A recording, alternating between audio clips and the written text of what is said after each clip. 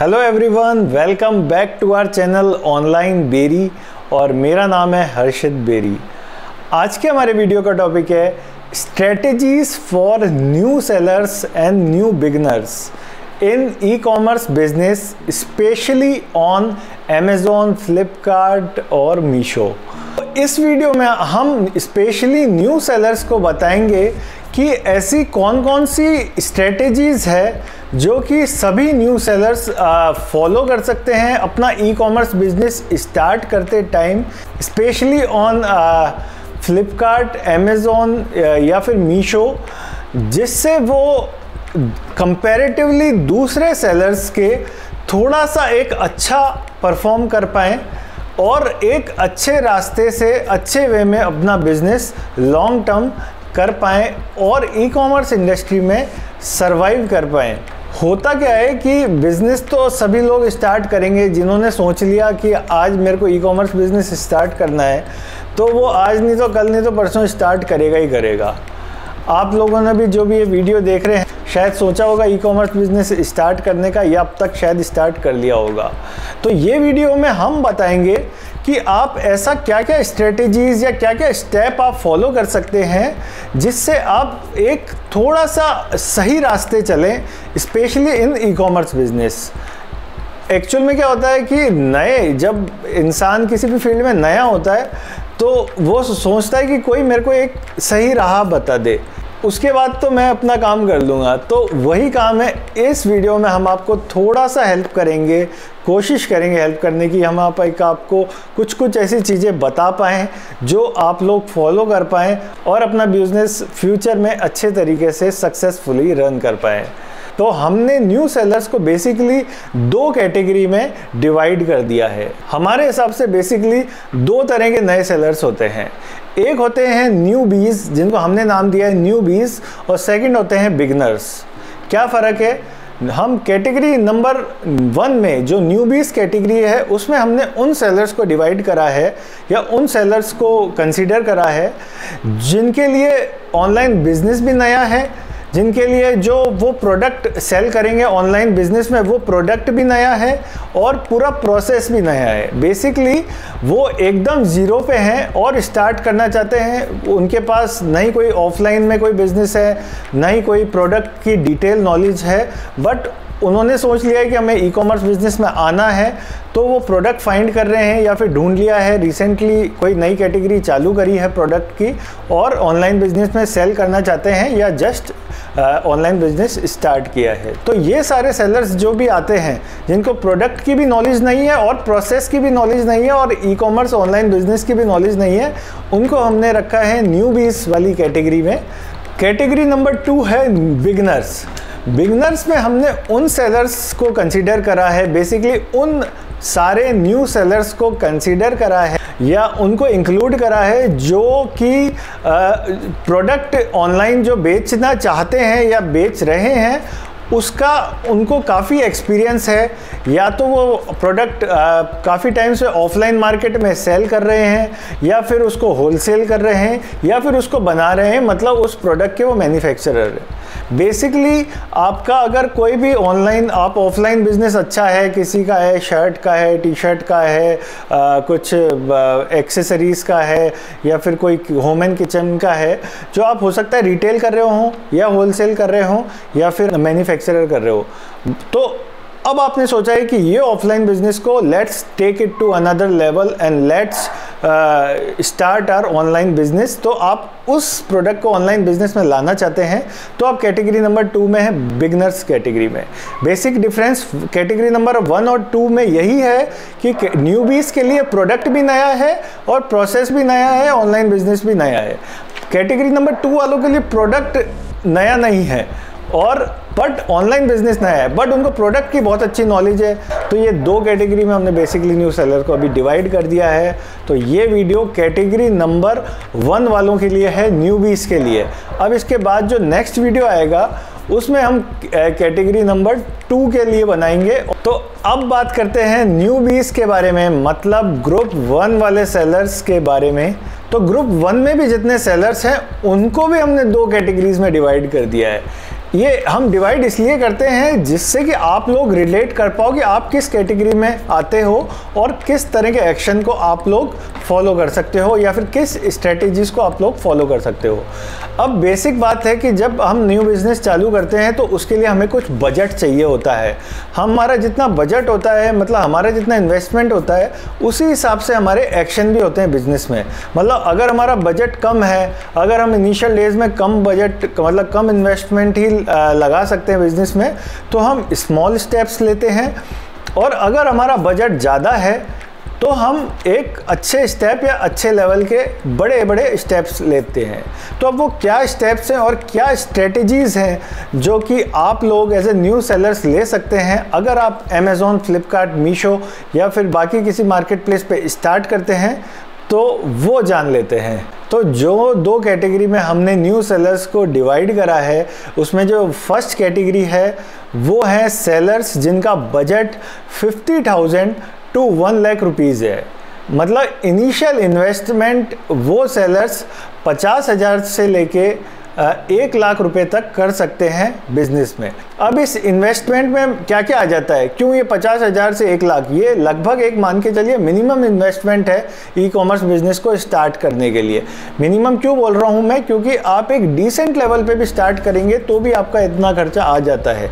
इसमें क्या क्या आता है, आप basic e commerce business start करेंगे तो अगर आपको एक सिस्टम चाहिए होगा, लैपटॉप चाहिए होगा या पीसी चाहिए होगा, अगर आपके पास है तो वेल एंड गुड। फिर आपको प्रिंटर चाहिए होगा, प्रिंटर अगर आपके पास है तो वेल एंड गुड, नहीं है तो कुछ इनिशियल डेज में आप पास वाली शॉप से या स्टेशनरी या कंप्यूटर वाली शॉप से भी प्रिंट आउट निकलवा सकते हैं। बट ग्रेजुअली आपको प्रिंटर तो ई कॉमर्स बिजनेस में लेना ही पड़ेगा अगर आपका बिजनेस थोड़ा अच्छा चल गया तो, ठीक है। तो लैपटॉप आ गया, प्रिंटर आ गया, फिर पैकिंग मटीरियल आ गया कि आप भेजेंगे तो आपको एक थोड़ा बहुत पैकिंग मटेरियल स्टोर करना पड़ेगा। अमेज़ॉन, फ्लिपकार्ट, इन सब के पॉली बैग, टेप वगैरह, कॉर्रुगेटेड बॉक्सेस, वो सब भी रखने पड़ेंगे, तो उसमें भी इन्वेस्टमेंट जाता है। और फोर्थ है हमारा मेन स्टॉक, जो प्रोडक्ट है।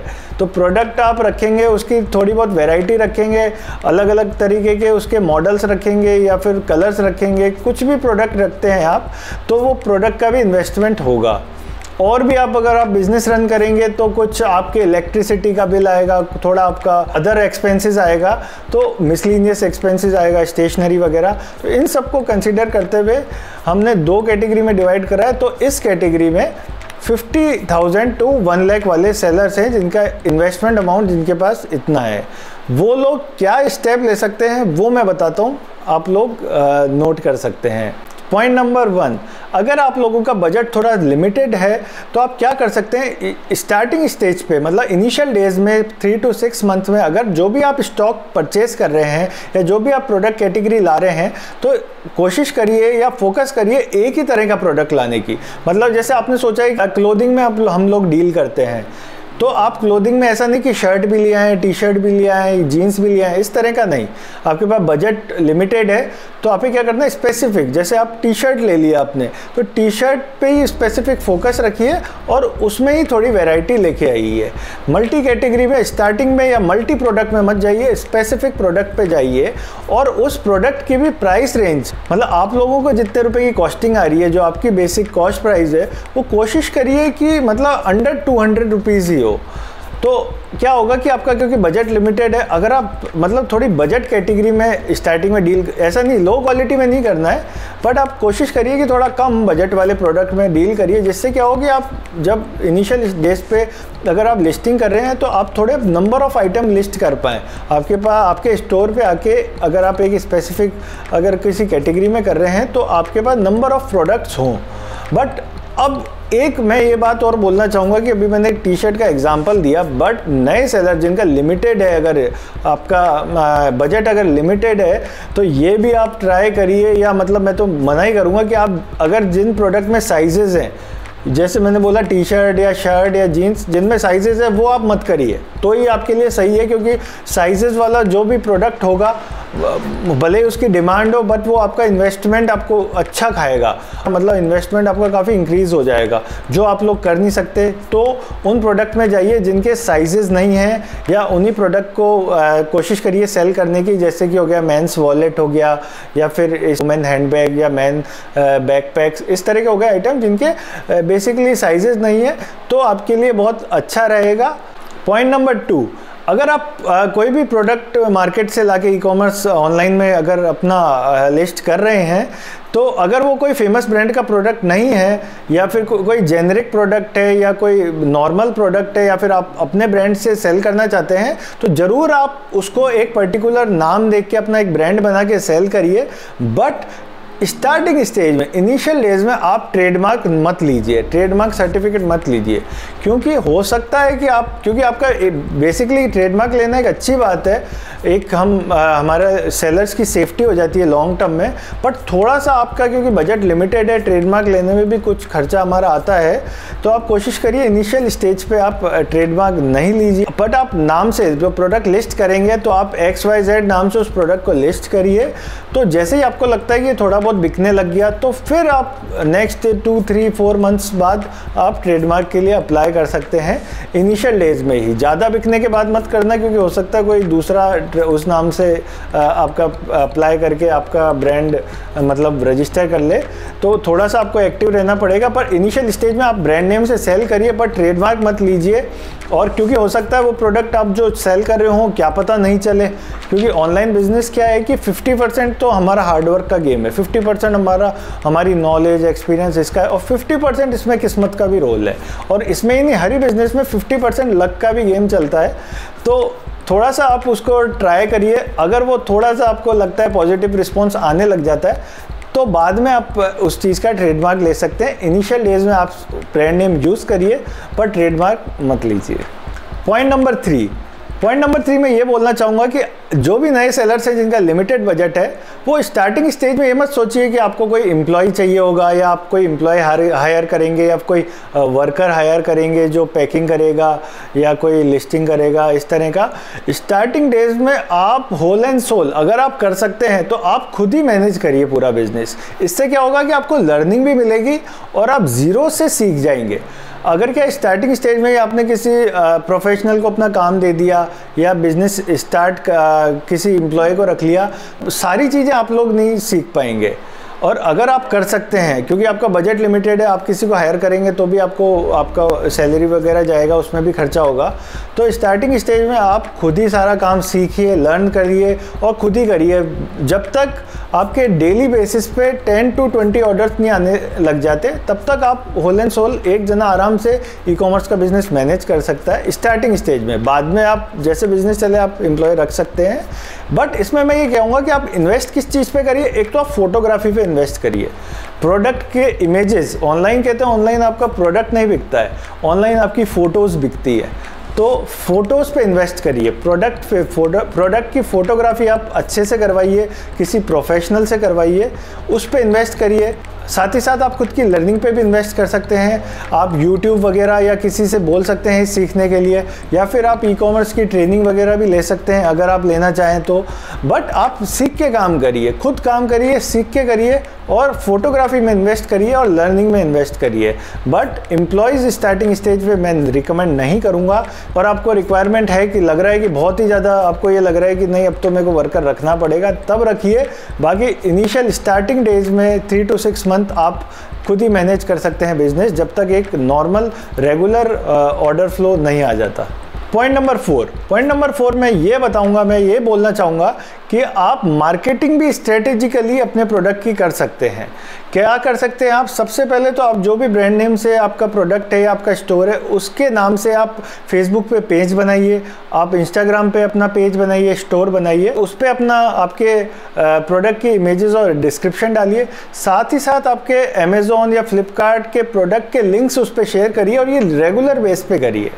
आप ऑल्टरनेट डेज में कर सकते हैं, वीकेंड पे थोड़ा ज़्यादा कर सकते हैं। स्टोरी शेयर करिए उन पे क्या होगा, उन लिंक से आपके अमेज़ॉन और फ्लिपकार्ट का जो स्टोर है या फिर जो प्रोडक्ट है उस पर क्लिक्स आएंगे और उस पर पेज विजिट आएंगे, इंप्रेशंस आएंगे। उससे क्या होगा, आपके प्रोडक्ट की विजिबिलिटी ओवरऑल इंक्रीज करेगी इन सारे मार्केट प्लेस पे। साथ ही साथ आप क्या कर सकते हैं कि आपके टोटल मंथली सेल की, जितनी भी आपकी टोटल ओवरऑल मंथली सेल हो रही है, उसकी 4 to 5% अराउंड आप स्पॉन्सर्ड एड्स में भी खर्चा कर सकते हैं, या मतलब स्पॉन्सर्ड एड्स चला सकते हैं। जैसे आपकी मंथली सेल अराउंड जैसे 20,000 की मंथली सेल है, तो आप अराउंड 1,000 रुपीज़ का आप स्पॉन्सर्ड एड्स चलाइए आपके प्रोडक्ट्स पे। जो भी आपके हाई सेलिंग प्रोडक्ट्स हैं उन पे आप स्पॉन्सर्ड एड्स चलाइए, या फिर आप इंस्टाग्राम के जो छोटे इन्फ्लुएंसर्स होते हैं उनको भी आप कॉन्टैक्ट कर सकते हैं, डायरेक्ट मैसेज कर सकते हैं और उनसे कम्युनिकेट कर सकते हैं कि आप बार्टर सिस्टम पे हमसे हमारे प्रोडक्ट की मार्केटिंग करिए, कि हम आपको प्रोडक्ट भेज रहे हैं, आप उसका वर्ड ऑफ माउथ, एक positive word of mouth create करिए, आपके पेज पे डालिए और अपने फॉलोअर्स को बोलिए कि वो बाय करें उस प्रोडक्ट को, और साथ ही साथ हो सके तो उस प्रोडक्ट पे रिव्यूज़ भी अच्छे पॉजिटिव पोस्ट करें। तो इन सब से क्या होगा कि आपके ओवरऑल थोड़े से प्रोडक्ट की मार्केटिंग होगी, तो एक बज़ क्रिएट होगा कि हाँ भाई, और साथ ही साथ में आपके प्रोडक्ट की विजिबिलिटी भी इंक्रीज़ होगी। तो होपफुली ये सारे स्टेप को फॉलो करके जो भी न्यू सेलर्स हैं, जिनका बजट लिमिटेड है, मतलब 50,000 to 1 लाख का ही बजट है, ये बजट कब तक है, स्टार्टिंग के 3 to 6 मंथ तक का। बाद में तो एक बार बिजनेस आ गया तो आप लोग बिजनेस से जो भी अर्निंग हुई वापस आप रीइन्वेस्ट कर ही देंगे। तो ये मैं बात कर रहा हूँ स्टार्टिंग के 3 से 6 महीने की। जिन सेलर्स के पास 3 से 6 महीने के लिए 50,000 से लेके 1 लाख तक का बजट है, वो ये जो बताई गई मैंने अभी जो 4 स्ट्रेटेजीज या 4 पॉइंट्स बताए हैं, इनको कंसीडर करके आप स्टेप ले सकते हैं और अपने बिजनेस को अच्छा सेटल कर सकते हैं, अच्छे तरीके से रन कर सकते हैं और दूसरे सेलर से कंपैरेटिवली एक एडवांटेज या एड ऑन ले सकते हैं। तो होपफुली आपको ये वीडियो पसंद आया होगा। नेक्स्ट वीडियो में मैं बताऊंगा कि न्यू बीज जिनका जो प्रोडक्ट की में भी नए हैं और सर्विस और ऑनलाइन इंडस्ट्री में भी नए हैं, बट जिनका बजट अबव 1 लाख है, 1 लाख से लेके 5 लाख तक का जिनका बजट है, वो लोग क्या क्या स्टेप और क्या क्या स्ट्रेटेजीज फॉलो कर सकते हैं स्टार्टिंग स्टेज में अपना ई कॉमर्स बिजनेस को अच्छे से रन करने के लिए और ई कॉमर्स इंडस्ट्री में सक्सेस पाने के लिए। तो होपफुली आपको ये सभी पॉइंट्स मेरे समझ आए होंगे। अगर कोई भी कन्फ्यूजन है तो आप दिए गए व्हाट्सएप नंबर पे हमको मैसेज कर सकते हैं, और कोई भी अपना डाउट ई कॉमर्स से रिलेटेड, अमेज़ॉन, फ्लिपकार्ट, मीशो से रिलेटेड हमसे पूछ सकते हैं। और अगर आपको ट्रेनिंग चाहिए 1-to-1 डायरेक्ट पर्सनल ट्रेनिंग, तो भी आप इस व्हाट्सएप नंबर पे हमको मैसेज कर सकते हैं। वहाँ हम 1-to-1 पेड ट्रेनिंग प्रोवाइड करवाते हैं ई कॉमर्स के लिए। ज़रूरी नहीं है लेना, क्योंकि ई कॉमर्स का YouTube पे बहुत सारा कंटेंट अवेलेबल है, बट फिर भी वो कंटेंट को देखने के बाद भी अगर आपको कन्फ्यूजन है तो आप ज़रूर हमारे से कांटेक्ट कर सकते हैं। हम खुश होंगे आपसे जुड़ के, आपकी हेल्प करके। सो मिलते हैं नेक्स्ट वीडियो में। बाय।